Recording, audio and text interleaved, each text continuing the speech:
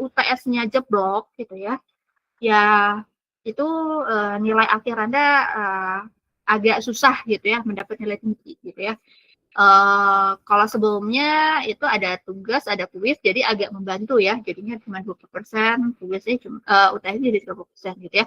Nah ini dengan adanya 40% itu mau nggak mau nanti Anda saat UTS harus belajar dengan maksimal gitu ya. Terus setelah itu UAS ini itu hanya mengumpulkan proposal gitu ya.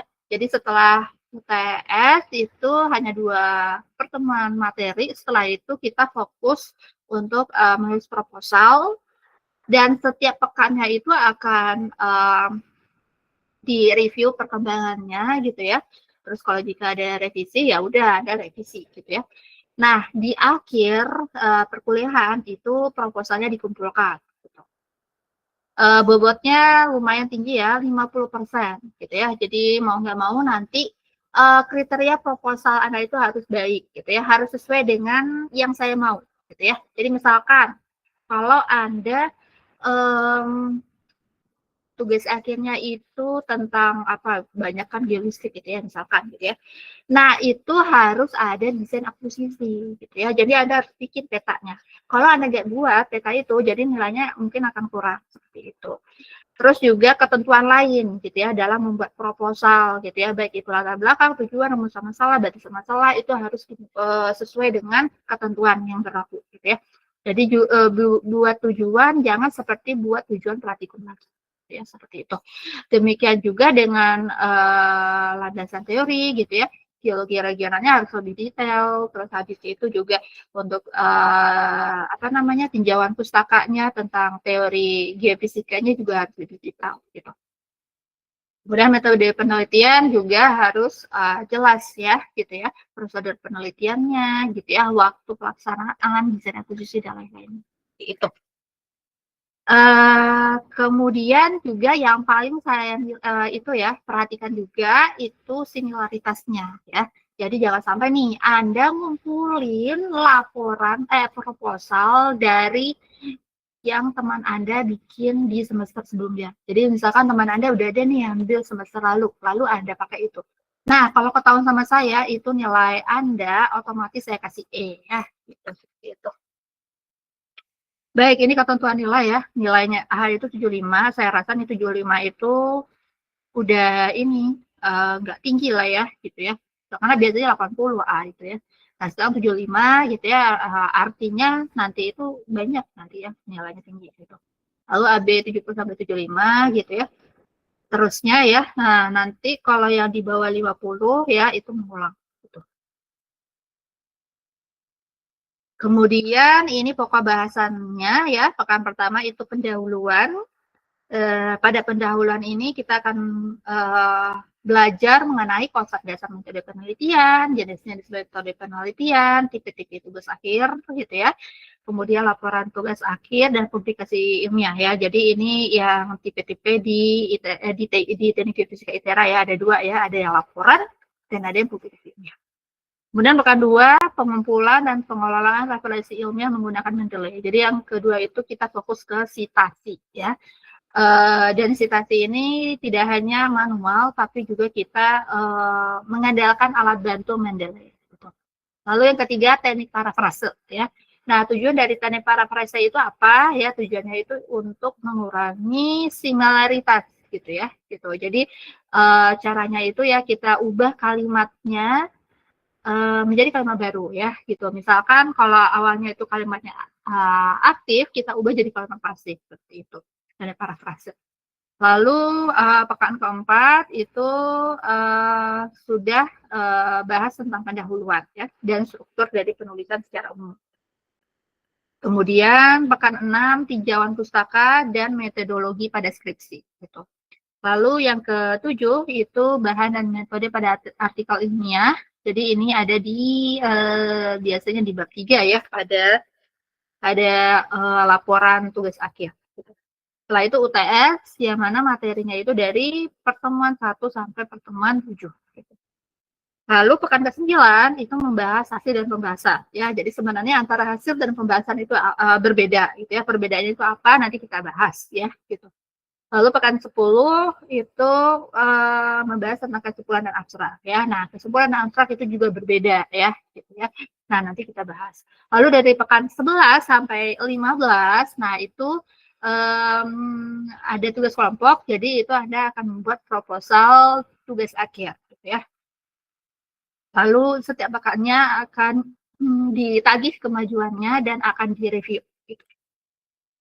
Dan selama melaporkan tugas proposal ini tidak hanya dalam bentuk laporan tapi juga presentasi ya. Yang mana presentasi itu akan diacak setiap pekannya, gitu ya. Jadi harapan saya Anda nggak hanya bisa nulis tapi juga bisa berkomunikasi secara lisan, gitu. Lalu yang ke-16 UAS. UAS ini sebenarnya hanya mengumpulkan proposal tugas akhir.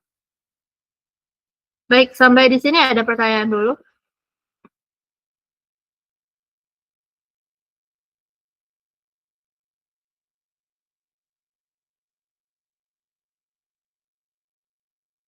Teman-teman Anda yang lain, mana ya?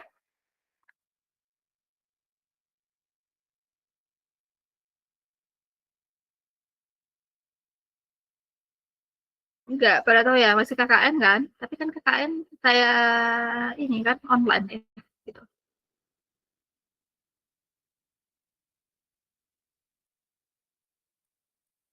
Ya udah ya, kita mulai aja.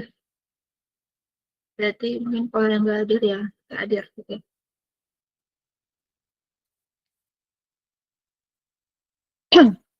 Oke, kita mulai materi kita ya. Metode penelitian. Nah, ini definisi dari metode penelitian ya. Jadi definisi dari metode penelitian itu adalah cara atau prosedur sistematis yang digunakan peneliti untuk memperoleh data dan informasi guna menjawab pertanyaan penelitian atau menguji hipotesis. Nah, ini menurut kalimat ya. Tapi kalau bisa digambarkan metode penelitian itu sama kayak Anda melakukan Anda sebagai seorang detektif gitu ya. Sebagai seorang detektif kita perlu melakukan riset gitu ya. Lebih lanjut ya, misalkan ada kasus hukum gitu ya, gitu. Nah, itu Anda perlu cari tahu sebelumnya gitu ya. Contohnya apa? Contohnya kasus hukum itu nggak hanya terkait itu ya, kriminal gitu ya, korupsi, atau bisa juga mungkin ini ya, contoh kasusnya hukumnya itu yang berhubungan sama lingkungan gitu ya. Itu Anda ada ya film gitu ya yang kalau ada nonton film jadul gitu ya, tentang kasusnya itu tentang pencemaran air gitu ya, yang mana pencemaran air ini itu ulahnya itu dari suatu perusahaan migas yang itu ya tidak melakukan prosedur gitu ya, prosedur K3L gitu ya. Jadi mengakibatkan pencemaran air yang mana pencemaran air itu mengakibatkan kesehatan dari warga sekitarnya gitu ya. Kesehatan itu sudah ke ini ya, sudah merusak paru-paru lain-lainnya gitu ya. Pokoknya sudah berbahaya gitu ya. Nah, itu ada suatu detektif ya, suatu pengacara, dia melakukan riset di situ ya. Jadi dia tidak, kalau seorang pengacara itu dia nggak hanya riset tentang hukumnya, tapi juga masalahnya. Jadi dia ngambil sampel air gitu ya. Terus habis itu diuji di lab, habis itu dianalisis ya dengan melibatkan pakar dari hidrokimia gitu ya. Dan juga dia melakukan riset tentang perusahaan yang mengakibatkan dampak gitu ya gitu. Terus juga membahas juga ya, diriset juga tentang hukum-hukum yang berlaku di sini, gitu ya, gitu. Artinya di sini ya, detektif ini itu kita bisa ibaratkan ya sebagai dia melakukan suatu prosedur, gitu ya, sehingga apa namanya outputnya itu ada suatu kesimpulan, gitu ya, yang kemudian dari kesimpulan ini nanti akan dibawa ke pengadilan, gitu ya. Nah, sama halnya dengan penelitian, gitu ya. Jadi penelitian itu tidak bisa dilakukan hanya dalam 1 hari, gitu ya. Itu akan ada prosedurnya, gitu ya.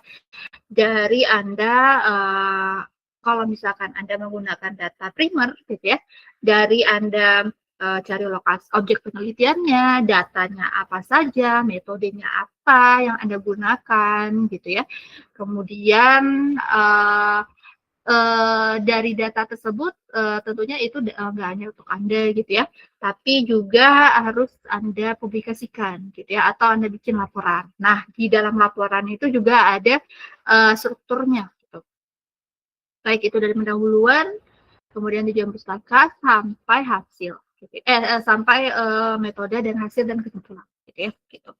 Kemudian di hasil ini itu akan menjawab suatu masalah, gitu ya, gitu. Dari penelitian ini, gitu ya. Jadi namanya penelitian itu berawal dari masalah, ya. Jadi Anda tidak hanya mengukur, gitu ya, tapi yang Anda ukur itu harus jelas objeknya, harus jelas apa permasalahan, gitu ya. Kemudian dari situ apa namanya dari permasalahan tersebut kita harus mencari solusinya. Terus kira-kira hipotesisnya apa nih? Hipotesis itu ini ya, kesimpulan sementara, gitu ya, gitu. Seperti itu ya kurang lebih tentang metode penelitian. Kemudian ini ada definisi lain ya dari metode penelitian, rangkaian langkah yang terencana dan terstruktur untuk memperoleh pengetahuan yang valid ya. Pengetahuan yang valid ya, di sini bukan pengetahuan hoax, gitu ya. Dan dapat dipertanggungjawabkan secara ilmiah ya. Jadi seandainya nih kalau Anda melakukan penelitian, Anda pokoknya penelitiannya misalkan Anda tidak mau yang penelitian yang itu-itu saja, Anda ingin mencari sesuatu yang baru ya. Nah, untuk sesuatu yang baru ini metode apa namanya ya riset yang Anda gunakan ini nantinya itu harus saintifik ya, dapat dipertanggungjawabkan secara ilmiah ya. Jangan sampai nih Anda mempunyai ide gila, tapi ide gila itu ya nggak masuk kajian ilmiah, gitu ya. Gitu. Einstein aja mereka Einstein ya melakukan riset ide gila ya, tapi itu bisa ya dia jelaskan, gitu ya, rumusnya, gitu ya, penerapan rumusnya, sehingga ya hasil tersebut bisa dinikmati sampai sekarang, gitu ya, bisa dipertanggungjawabkan secara ilmiah, gitu ya, seperti itu ya. Jadi kurang lebih itu inti dari metode penelitian. Lalu kemudian untuk metode yang digunakan, gitu ya. Jadi kita sebagai apa namanya yang penelitian di bidang saintek, gitu ya. Jadi di penelitian ini terbagi deh ya, ada yang saintek, ada yang sosum. Nah, kita saintek ya. Nah, sebenarnya antara saintek ya, sains dan teknologi dan engineering itu agak sedikit berbeda tahapannya, gitu. Kalau di engineering atau di bagian teknik itu berawal dari mengidentifikasikan masalah, gitu ya. Jadi tanpa masalah, gitu ya, itu tidak akan menjadi penelitian, gitu ya. Ya sama aja kayak misalkan Anda mengerjakan praktikum, gitu ya. Ya praktikum ya Anda mungkin hanya sekedar mengerjakan tugas aja sesuai dengan modul, gitu ya. Kadangkala Anda nggak tahu ya masalahnya apa, gitu ya. Kecuali kalau tugas akhir kalau praktikumnya itu ada terakhirnya itu tentang mini final project, gitu ya. Nah, itu harus jelas ada masalahnya, gitu ya, gitu. Kemudian dari masalah itu akan timbul akan menghadirkan suatu ide, gitu ya, gitu. dari ide tersebut kita bisa buat konsepnya, gitu ya. Jadi kita kan ada masalah, tentunya ada solusi ya. Jadi kita cari apa solusinya, gitu ya. Solusi itu bisa kita gunakan metode geofisika, gitu. Kemudian fase ketiga itu perencanaan, gitu ya. Jadi setelah ada ide, ada konsep, lalu direncanakan, ya. Direncanakan itu ini. Jadi kan misalkan Anda misalkan apa? Masalahnya itu yang mudah aja lah ya. Masalah kekurangan krisis air, gitu ya. Kemudian dari situ metodenya Anda menggunakan geolistre, gitu ya. Nah, tahap ketiga perencanaan, berarti dari perencanaan itu Anda buat schedule-nya, gitu ya. Perencanaannya bagaimana, gitu ya. Mulai dari tahap studi literatur, kemudian tahapan pengukuran, kalau memang Anda melakukan akuisisi ya, pengolahan data, interpretasi, gitu ya, sampai ya laporan, gitu ya, gitu. Jadi Anda rencanakan, gitu.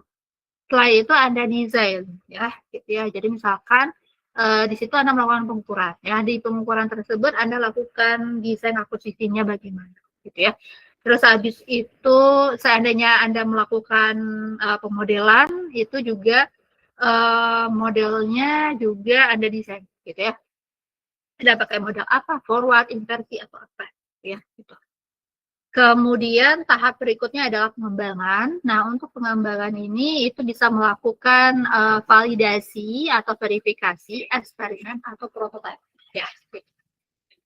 Contohnya di sini Anda melakukan pakai menggunakan data sintetik ya. Di fase 4 Anda menggunakan data sintetik ya, gitu. Nah, dari data sintetik itu Anda harus ada validasinya, gitu ya. Validasinya itu bisa Anda buat apa namanya model pada data real, gitu ya, seperti itu.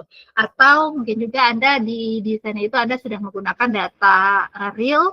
Berarti itu validasinya apa? Validasinya itu bisa Anda menggunakan data bor, gitu ya, atau mungkin data Yogi, gitu ya, atau mungkin data singkapan yang Anda temui di lapangan, seperti itu. Setelah itu launching. Launching itu hasilnya bagaimana, ya, seperti itu. Sementara untuk yang metode sains, ya, tahapannya itu bedanya di sini.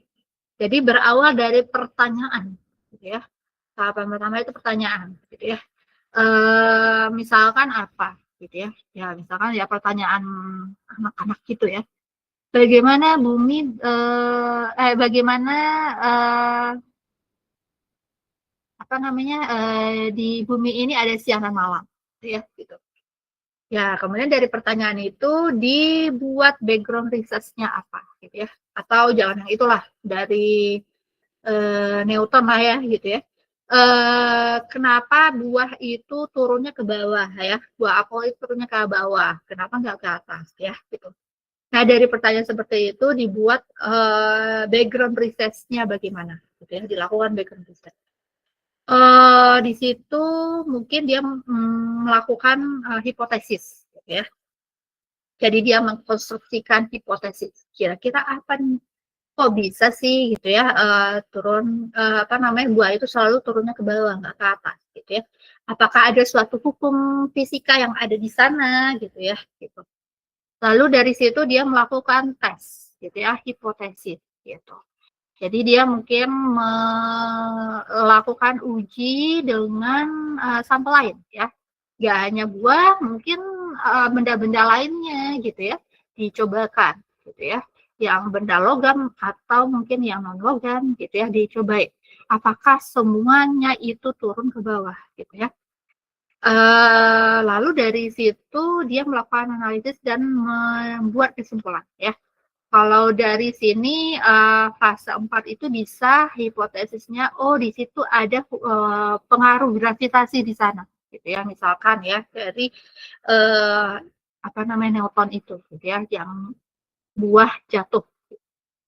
Nah, kemudian dilakukan analisis, didapatkan kesimpulan, kemudian dikomunikasikan, ya. Komunikasikan itu ya hampir mirip sih ya. Jadi dipublikasikan, gitu kan hasilnya itu. Dengan kata lain nih ya, untuk scientific itu lebih banyak risetnya itu yang fundamental gitu ya.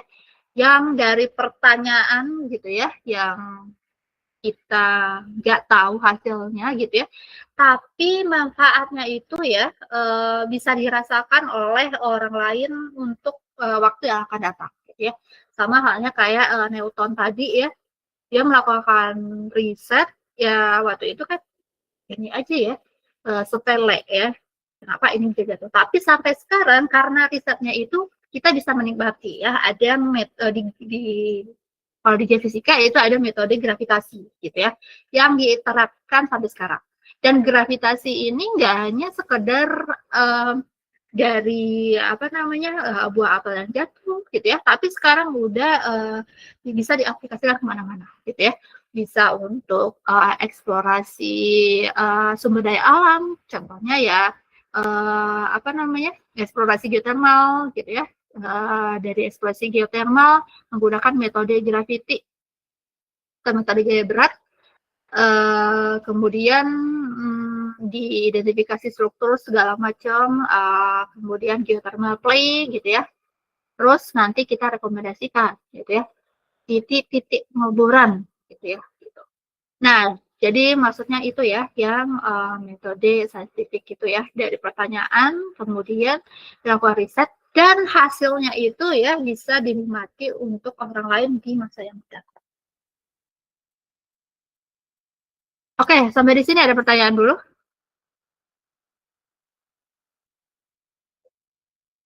Oke, kalau tidak saya lanjutkan ya.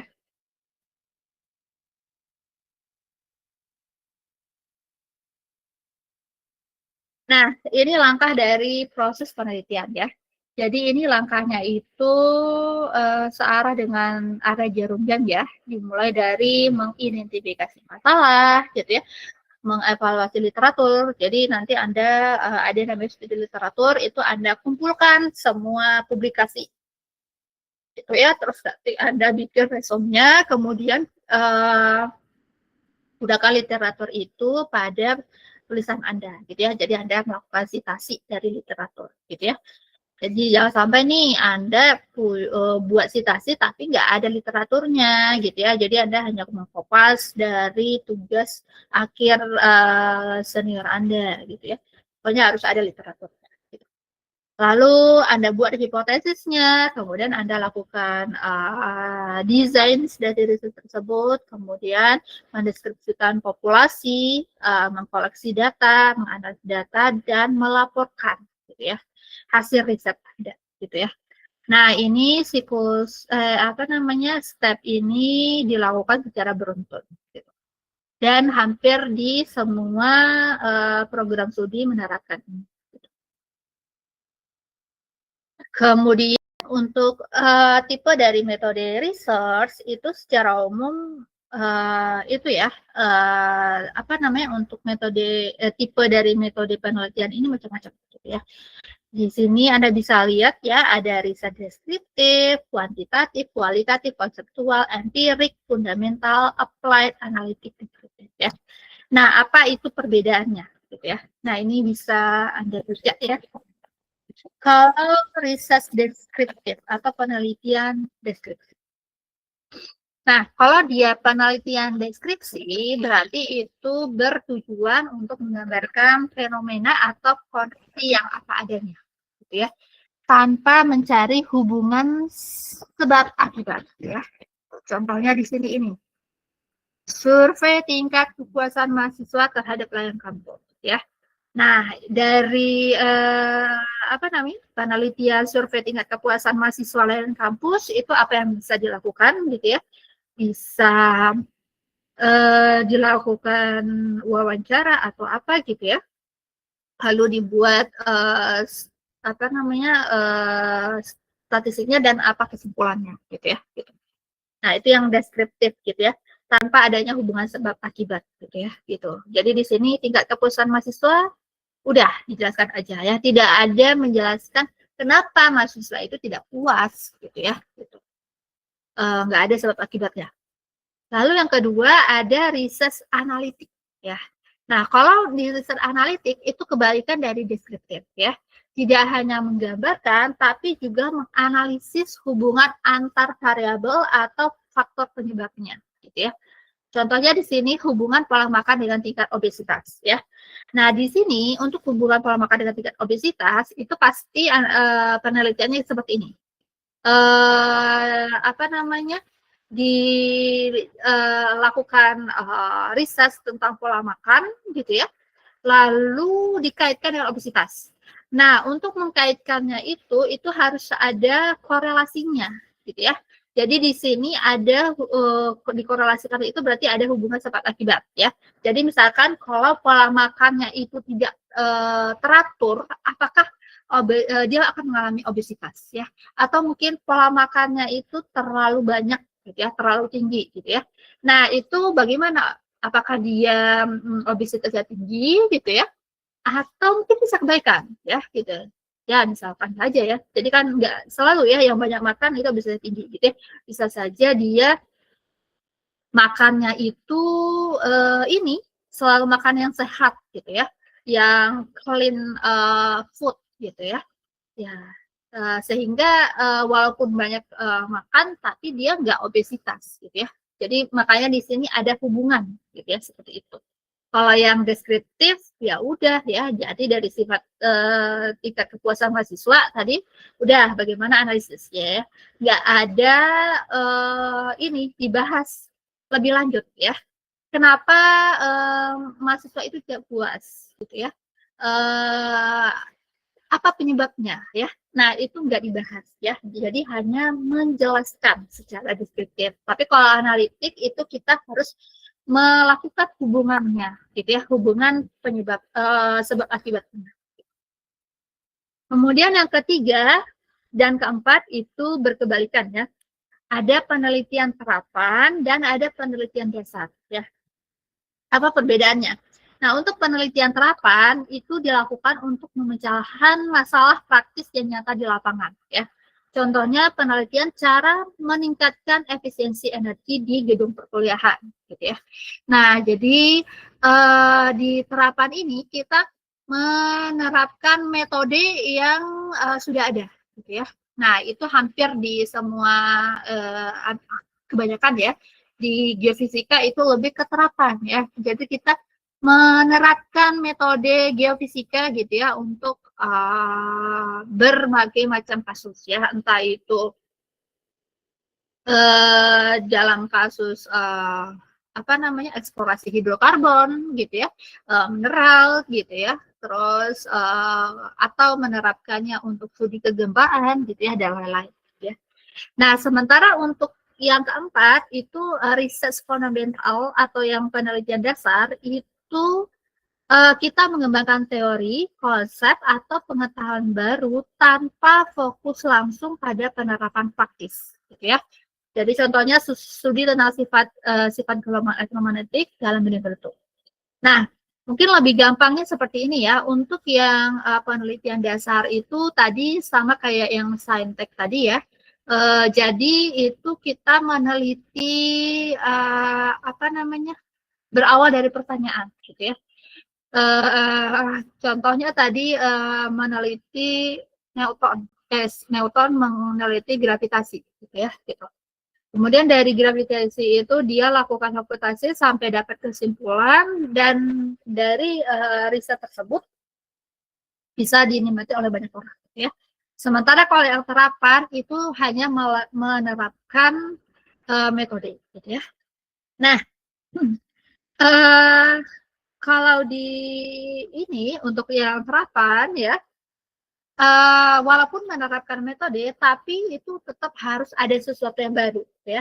Jadi untuk itu carilah suatu objek penelitian yang sebelumnya memang belum pernah dilakukan di situ, gitu ya, yang benar-benar minim penelitian di situ, ya, gitu ya. Soalnya di dalam penelitian itu ada yang namanya novelty, ya, kebaharuan, gitu ya, gitu. Jadi mentang-mentang hanya menerapkan gitu ya, tapi itu harus ada yang baru ya. Ya barunya di sini itu bisa lokasi penelitiannya yang berbeda gitu ya. Sementara kalau yang fundamental itu dari teorinya yang baru gitu ya. Jadi kita terakhirnya itu adalah kita menemukan teori gitu ya, teori baru atau konsep baru. Kemudian 5 ke 6 itu juga itu ya berbeda gitu ya. Untuk yang kelima itu penelitian kuantitatif, yang keenam penelitian kualitatif ya. Kuantitatif. Nah, kuantitatif itu berarti ada kata-kata numerik ya. Kalau kualitatif berarti itu non-numerik ya gitu. Jadi penelitian kuantitatif menggunakan data numerik atau angka untuk menjawab masalah penelitian biasanya dengan analisis statistik ya.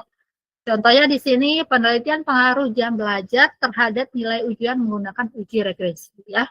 Uji regresi ini adalah analisis statistiknya. Atau bisa juga tadi kayak ini hubungan pola makan dengan tingkat obesitas. Nah, di sini nanti dibuat statistiknya bagaimana ya gitu. Atau mungkin kalau di geofisika modeling ya, impact modeling ya. Invest modeling itu nanti kan ada apa namanya melakukan model, kemudian stop gitu ya. Nah untuk saat Anda stop itu pasti Anda memverifikasinya dengan melihat nilai errornya gitu ya. Biasanya seperti itu ya. Gitu. Jadi ada data numeriknya. Gitu. Sementara yang kualitatif itu kita menggunakan data numerik ya, bisa menggunakan narasi, wawancara, observasi untuk memahami makna, pengalaman atau proses sosial ya.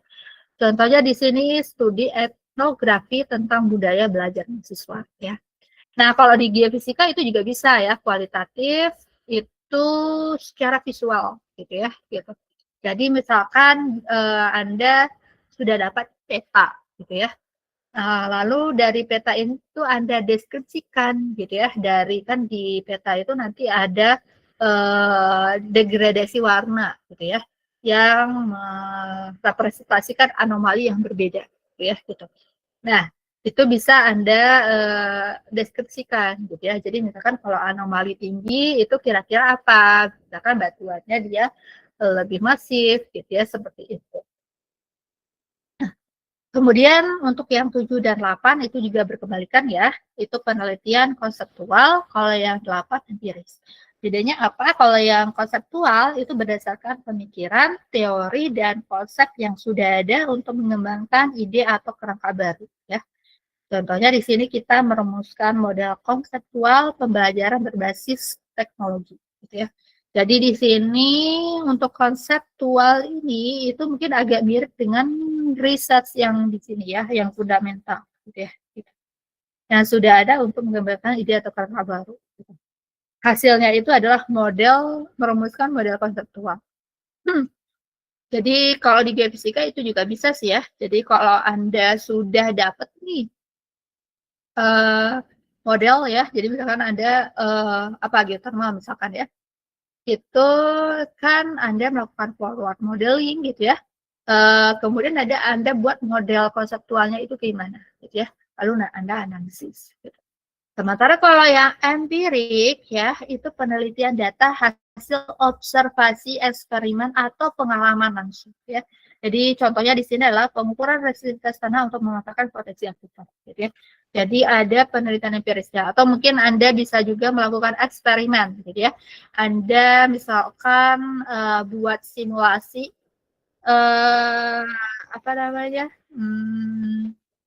Anda buat lapisan batuan gitu ya, lalu Anda uji lab-nya gitu ya. Batuan ini kira-kira berapa nilai, misalkan kalau diuji dari resistivitas ya, berapa resistivitasnya gitu ya. Jadi diuji di lab gitu ya, itu bisa juga. Oke, sampai di sini ada pertanyaan dulu.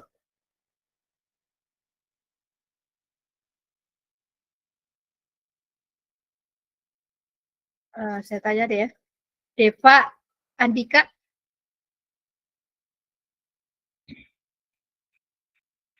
Deva Andika ada pertanyaan?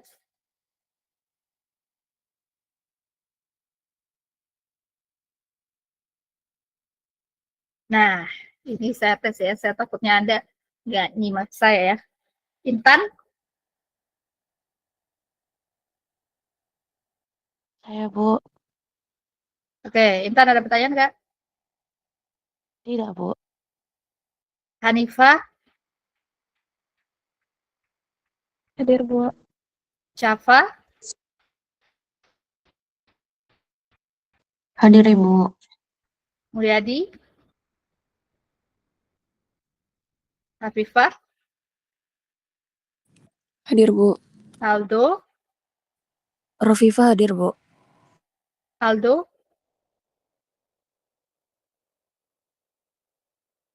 Aldo nggak ada. Bella, Bu, maaf, Muhammad Rafli, Ada, Bu, Bu. belum absen. ya emang belum kamu panggil, saya belum panggil kamu. Bella,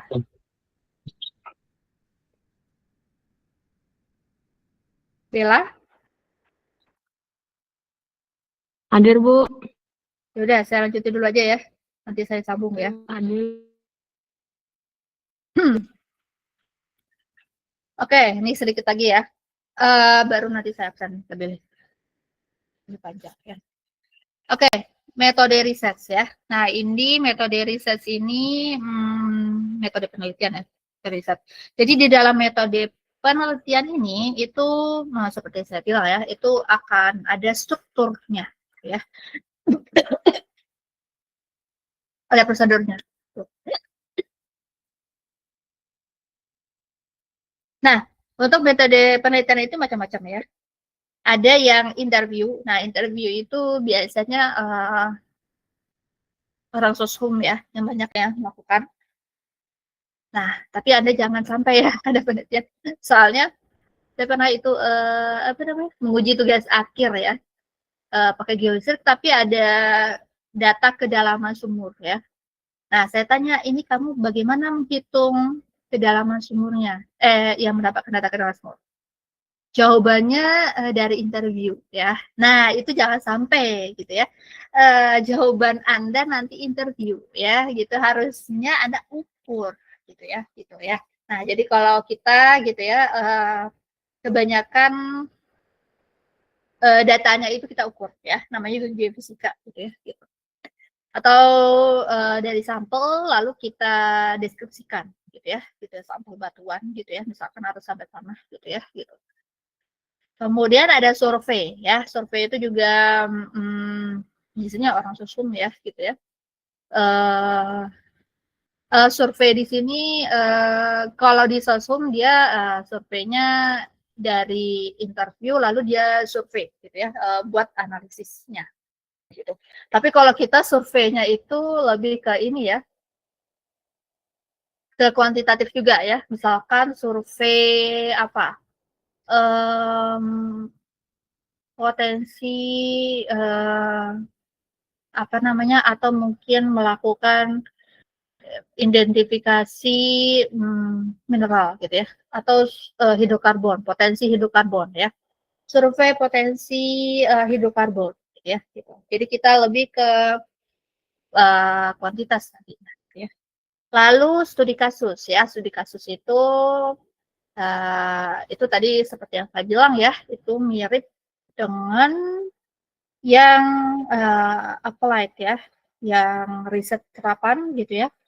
Jadi Anda fokusnya ke objeknya gitu ya, ke objek studinya gitu. Misal Anda tidak banyak melakukan suatu metode yang baru, teori yang baru, tapi Anda hanya mengembangkan metode yang sudah ada gitu ya. Tapi bedanya nanti Anda terapkan pada lokasi yang baru, yang lokasi tersebut jarang dilakukan penelitian sebelumnya ya. Lalu eksperimen, nah eksperimen itu sebenarnya geofisika juga bisa ya. Baik itu eksperimen menggunakan data sintetik gitu ya. Jadi misalkan ada metode baru gitu ya. Apa? Misalkan di modeling di inversi itu kan macam-macam gitu ya. Nah, Anda ada menerapkan metode inversi yang baru gitu ya, gitu. Nah, itu Anda lakukan dari uji data sintetik sampai menerapkannya dengan data real gitu ya. Atau bisa juga Anda uji sampel gitu ya. Terus nanti Anda, kalau saya sih ini ya, uji sampel tanah atau batuan, lalu dihitung nilai resistivitasnya gitu ya. Itu bisa juga. Atau ya nggak hanya resistivitas ya, nilai kecepatan juga bisa gitu ya. Gitu. Ya nanti bisa dipakai untuk menentukan PPPS. Gitu. Atau modeling. Nah, modeling itu juga ya bisa kalau di kita pemodelan ada dua ya, ada forward atau ada inversi gitu ya. Kemudian ada penelitian di lapangan ya, gitu ya. Penelitian di lapangan kalau di kita itu mirip dengan studi kasus gitu ya. Jadi kita mengambil data langsung ke lapangan gitu, seperti itu. Oke, jadikan dulu ya. Selanjutnya komponen dari metode penelitian ya. Nah, komponen dari metode penelitian itu maksudnya di sini ada beberapa hal yang harus ada gitu ya, harus dipenuhi dalam penelitian gitu ya, dan harus Anda patuhi gitu ya. Contohnya di sini ada riset desain atau melakukan desain penelitian ya. Jadi apa namanya, sebelum Anda melakukan penelitian itu Anda harus mendesain ya. Desain di sini misalkan ya Anda sudah dapat ide, kemudian apa namanya, masalah, kemudian Anda cari tahu solusinya apa pakai metode, kemudian dari situ Anda desain ya. Dari metode tersebut gitu ya. Baik itu kalau misalkan Anda penelitian di lapangan gitu ya, buat desain akuisisi gitu ya, pengolahan data sampai ke pemodelan interpretasi gitu ya. Seperti itu. Kemudian di dalam riset desain itu juga Anda pertimbangkan apa namanya, waktunya gitu ya, durasi waktunya kapan gitu ya. Kemudian biaya penelitiannya itu berapa gitu ya gitu. Soalnya antara waktu sama biaya itu ini pasti berpengaruh ya. Kalau Anda penelitiannya makin lama gitu ya, ya itu berarti ya biayanya juga akan makin banyak gitu ya gitu. Sementara biasanya kalau Anda dapat hibah penelitian itu biasanya dibatasi gitu ya. Gitu. Jadi Anda harus bikin desain penelitian yang sesuai dengan RAB gitu ya, rencana anggaran kerja. Lalu sampling. Nah, sampling itu bisa juga ya dilakukan, nggak hanya geologi gitu ya, geofisika juga bisa ya. Kita lakukan sampling. Misalkan kalau dia penelitian tentang air, di sampling air gitu ya, ambil air di sumur gitu ya, sumur gali gitu ya, lalu sampelnya itu diuji di lab ya, atau tanah ya, sampel tanah, lakukan sampling tanah, kemudian diuji lab gitu ya, gitu. Atau mungkin batuan juga bisa gitu ya, ambil sampel batuan atau coring gitu ya, cutting yang hasil penguburan gitu ya, kemudian dilakukan uji lab gitu. Selanjutnya menggabungkan data ya, atau mengkoleksi data gitu ya. Jadi data kita kumpulkan semua data gitu ya, entah itu data sampling atau mungkin data pengukuran lapangan gitu ya. Lalu kita kumpulkan, kita buat analisisnya seperti apa gitu. Nah, terakhir nih yang perlu ada itu ya, apa namanya, highlight ya. Di dalam penelitian itu ada kode etik gitu ya, gitu. Jadi ada etika yang Anda harus penuhi ya, gitu. Contohnya apa gitu ya. Contoh etika di sini bisa itu etika dalam publikasi gitu ya. Dalam etika publikasi itu tidak boleh plagiat ya, plagiasi. Nggak boleh ya. Kalau misalkan Anda plagiat ya berarti itu ya penelitian Anda tidak akan ini itu kalau misalkan adalah publish itu bisa ditarik itu ya di dalam jurnalnya gitu ya, atau mungkin Anda naik pangkat gitu ya, Anda naik pangkat itu syaratnya itu ada publikasi ya. Nah, publikasi yang Anda gunakan publikasi plagiat ya. Nah, itu misalkan kalau Anda apa namanya, jadi profesor ya, itu bisa dicabut gitu ya gelar profesornya gitu ya, atau mungkin Anda melakukan S1 gitu ya, plagiat, itu bisa juga ya dicabut gelar sarjana Anda gitu ya, seperti itu. Terus selain plagiat itu juga ini etika Itu biasanya kalau di ini sih ya, yang terkait dengan orang kesehatan atau mungkin yang berhubungan sama makhluk hidup, itu biasanya mereka ada semacam apa namanya kode etik yang mana si makhluk hidup itu hanya digunakan dalam eksperimen aja dan harus ada sudah mengurus prosedur hukumnya gitu ya. Jadi biasanya orang-orang kesehatan mereka mungkin misal apa namanya menggunakan tikus gitu ya. Dari tikus itu mungkin mereka bedah terus lakukan penelitian ya. Namanya makhluk hidup itu kan kalau dibedah ya dia mati gitu ya. Nah, itu untuk melakukan hal seperti itu biasanya mereka ada prosedurnya gitu ya. Ada suatu perjanjian gitu ya supaya penelitian ini bisa dilakukan gitu ya. Atau mungkin kode etik lainnya itu juga bisa ini etika gitu ya tentang perizinan ya. Jadi misalkan Anda melakukan penelitian menggunakan data sekunder ya. Nah, itu untuk data sekunder misalkan ada perusahaan. Nah, itu Anda harus izin dulu gitu ya. Apakah data tersebut bisa digunakan untuk tugas akhir atau bisa digunakan untuk dipublish ya di jurnal gitu ya atau bagaimana gitu ya gitu. Jadi ada suatu macam aturan ya seperti itu. Ya kurang lebih seperti itu sih ya kode etik. Nah, ini terakhir ya pembahasan kita ya. Jadi setelah Anda lakukan penelitian gitu ya. Nah, penelitian Anda itu tidak hanya untuk Anda sendiri ya, tapi itu harus dinikmati oleh khalayak umum ya.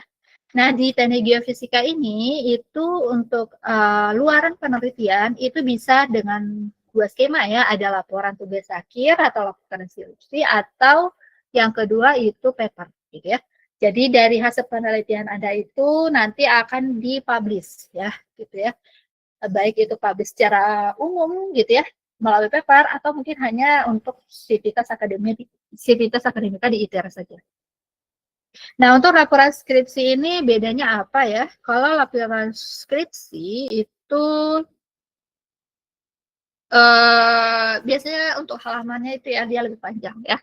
Karena prosedurnya, metodenya, teori, landasan teorinya dijelaskan secara lebih rinci gitu ya, gitu. Strukturnya pokoknya harus lengkap ya, dari pendahuluan, tinjauan pustaka, metodologi, hasil pembahasan, kesimpulan gitu ya. Semuanya dijelaskan lebih terstruktur dan lengkap ya, gitu. Kemudian semuanya diuraikan secara lebih detail gitu ya. Jadi ada latar belakang, rumusan masalah teori, data mentah kalau misalkan itu ada peroleh di lapangan ya. Nah, itu diuraikan, dijelaskan secara lebih detail gitu ya. Kemudian formatnya disesuaikan dengan standar kampus ya, dengan standar ITERA. Lalu nanti ya pembacanya hanya dosen pembimbing, penguji atau mahasiswa baik itu mahasiswa apa namanya? Yang masih aktif maupun yang tidak aktif gitu ya gitu. Dan pihak universitas juga gitu. Lalu untuk yang publikasi ilmiah, nah publikasi ilmiah itu bisa dipublikasikan di jurnal atau proceeding conference ya gitu. Nah, untuk publikasi ilmiah itu biasanya lebih singkat ya. Jadi kalau di laporan tugas akhir itu kita menjelaskannya lebih rinci ya. Nah, kalau yang artikel ilmiah itu kita lebih singkat gitu ya.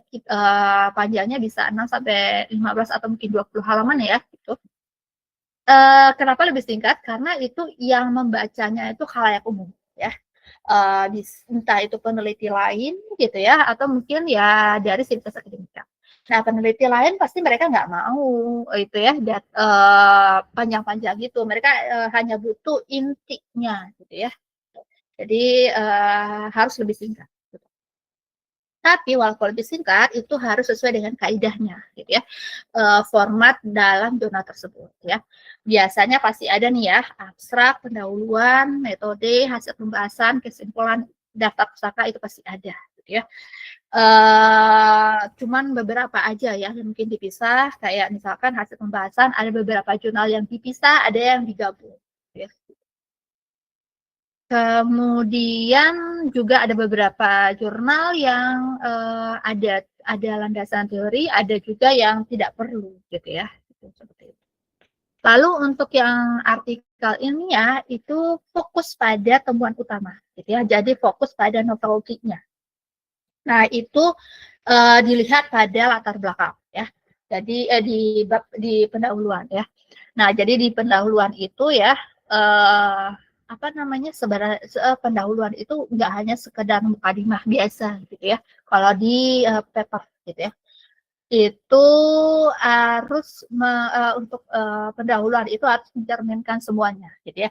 Dari masalah, solusinya apa, kemudian research gap-nya apa gitu ya. Novelty-nya apa gitu ya, lalu tujuannya apa gitu ya, dan harapannya apa gitu ya. Nah, itu semua ada di pendahuluan ya gitu. Biasanya kalau di reviewer mereka cari itu ininya, novelty-nya apa gitu ya, kebaharuannya apa ya gitu. Jadi mereka fokus ke temuan yang barunya itu apa. Lalu kontribusi penelitiannya gitu ya. Jadi penelitiannya ini harus berdampak gitu ya. Gitu. Jadi nggak hanya sekedar meneliti tapi nggak ada dampak. Nah, gitu ya gitu. Jadi mereka pasti melihat itu. Lalu yang terakhir ditulis sesuai dengan format jurnal atau conference yang tuju ya. Jadi beda conference, beda jurnal, kadang beda ini template-nya gitu ya. Nah, pembacanya siapa? Itu bisa dari penelitian lain, akademisi, dan praktisi di bidang terkait. Baik, sampai di sini ada pertanyaan?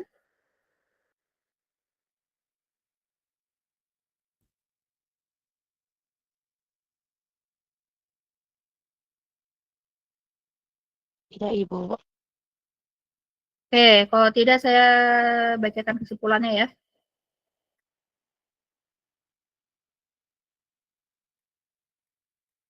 Nah, ini kesimpulan dari yang kita pelajari hari ini ya. Apa itu metode penelitian? Ya, jadi metode penelitian itu cara atau prosedur sistematis untuk memperoleh data guna menjawab pertanyaan penelitian ya. Jadi di metode penelitian itu ada suatu pertanyaan ya. Pertanyaan riset ya yang harus kita jawab ya melalui tulisan ini. Lalu untuk penelitian itu macam-macam ya, ada penelitian kualitatif dan kuantitatif ya, itu berdasarkan data ya, bedanya apa? Kalau kuantitatif berarti itu berdasarkan numerik ya, ada angka dan perhitungan statistiknya. Kualitatif itu menggunakan narasi dan observasi untuk memahami makna. Gitu. Lalu untuk berdasarkan tujuan itu ada bedanya juga ya, ada penelitian fundamental atau dasar dan ada penelitian terapan. Bedanya apa? Kalau fundamental itu kita mengembangkan teori ya. Jadi kita hasilnya ya, outputnya itu ada teori baru ya. Kalau terapan kita fokus memecahkan masalah praktis ya. Jadi kita menerapkan teori ya, gitu ya. Tapi teori yang kita terapkan itu harus diterapkan objek studi yang baru. Lalu berdasarkan analisis ada dua ya, ada penelitian deskriptif dan analitik ya. Kalau deskriptif itu kita hanya menggambarkan fenomena gitu ya. Nggak ada penjelasan angka-angkanya ya. Nah, kalau analitik kita menganalisis hubungan sebab akibatnya ya. Contohnya tadi kayak apa namanya itu ya hubungan kalau ada hubungan itu berarti analitik ya. Contohnya tadi hubungan antara pola makan dengan tingkat obesitas ya gitu ya. Ada hubungan, ada korelasinya gitu ya, sebab akibatnya gitu ya. Tapi kalau yang deskriptif hanya menjelaskan aja tanpa dicari sebab akibatnya gitu ya. Contohnya tadi tingkat kepuasan mahasiswa gitu ya. Ya udah berapa tingkat kepuasannya, berapa persen. Ya ada dijelaskan lebih lanjut kenapa mahasiswa itu tidak puas gitu ya. Nah, itu bedanya. Lalu ini untuk luaran ya. Jadi kalau di luaran dari penelitian, kalau di teknik geofisika nanti ada dua ya, ada skripsi dan ada artikel ilmiah ya. skripsi itu kita membuktikan kemampuan meneliti secara mandiri ya. Kalau artikel ilmiah kita menyebarkan hasil ke komunitas ilmiah ya. Kalau skripsi itu lebih tebal ya, dia panjang dan detail gitu ya. Halamannya bisa sampai 100 halaman lebih gitu ya. Gitu. Kalau mungkin panjang yang ada teliti ya. Kalau artikel ilmiah itu hanya singkat ya. Jadi sebanyak apapun penelitian Anda gitu ya, metode atau datanya gitu ya, tapi itu harus Anda ringkas ya dan harus lebih on point gitu ya. Kemudian targetnya untuk skripsi itu dosen, pembimbing, dan penguji universitas, sementara artikel ilmiah itu peneliti, akademisi, dan praktisi lain di luar universitas. Seperti itu.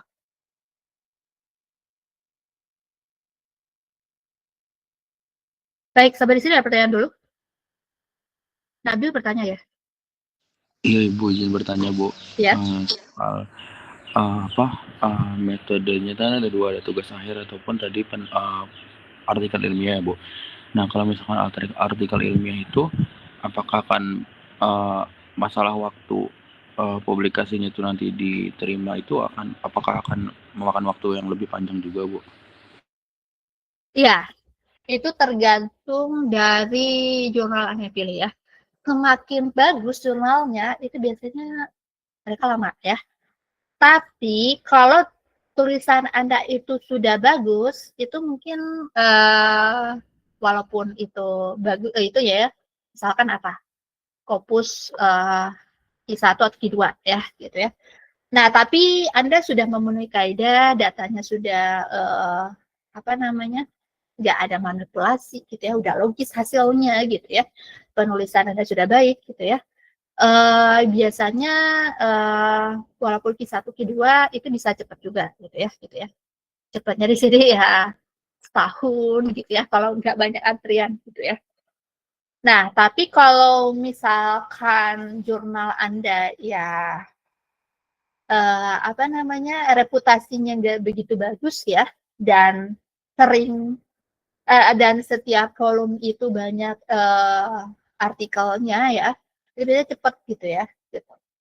Biasanya tinta 4, 5, 6 itu cepat gitu ya diterima gitu. Gitu. Nah, makanya di sini apa namanya metode penelitian ini semester 6 ya gitu ya. Nah, nanti kan setelah UTS itu ada apa namanya kita membuat proposal penelitian. Nah, harapannya proposal tugas akhir Anda itu yang memang akan Anda lakukan gitu ya. Terus dengan Anda buat sudah sesuai minat Anda gitu ya. Terus nanti setelah kuliah ini sudah selesai, nah itu tinggal ini aja, tinggal Anda hubungi pembimbing atau mungkin bisa diasah lebih sedikit lagi gitu ya. Maksudnya misalkan kalau proposal Anda itu sudah baik ya di kuliah ini, hanya dipoles sedikit aja dari pembimbing gitu ya. Lalu Anda ambil data, kemudian langsung kerjakan, lalu nanti Anda publish paper sebelum kuliah semester 7 ya. Misalkan apa bulan 8 gitu ya, Anda sudah submit gitu ya. Nah, itu nanti harapannya akhir semester 7 atau mungkin akhir semester 8 itu udah diterima gitu ya. Itu harapannya seperti itu ya. Jadi harapannya untuk proposal penelitian yang ada tugasnya itu ya setelah UTS ya. Jangan yang asal ini aja gitu ya, asal memenuhi tugas dari metode penelitian gitu ya.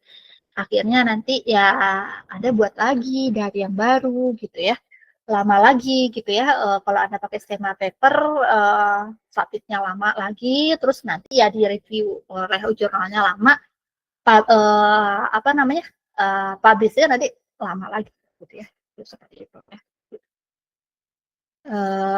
Karena biasanya kalau yang bereputasi memang biasanya mereka agak lama ya itunya reviewnya. Terima kasih banyak Bu. Ya.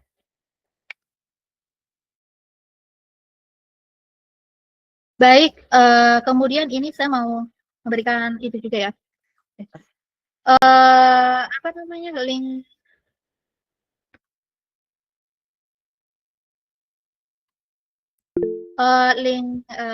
e-learning ya. Jadi kalian, saya berharap Anda itu ya, sering melihat e-learning ya. Jadi kalau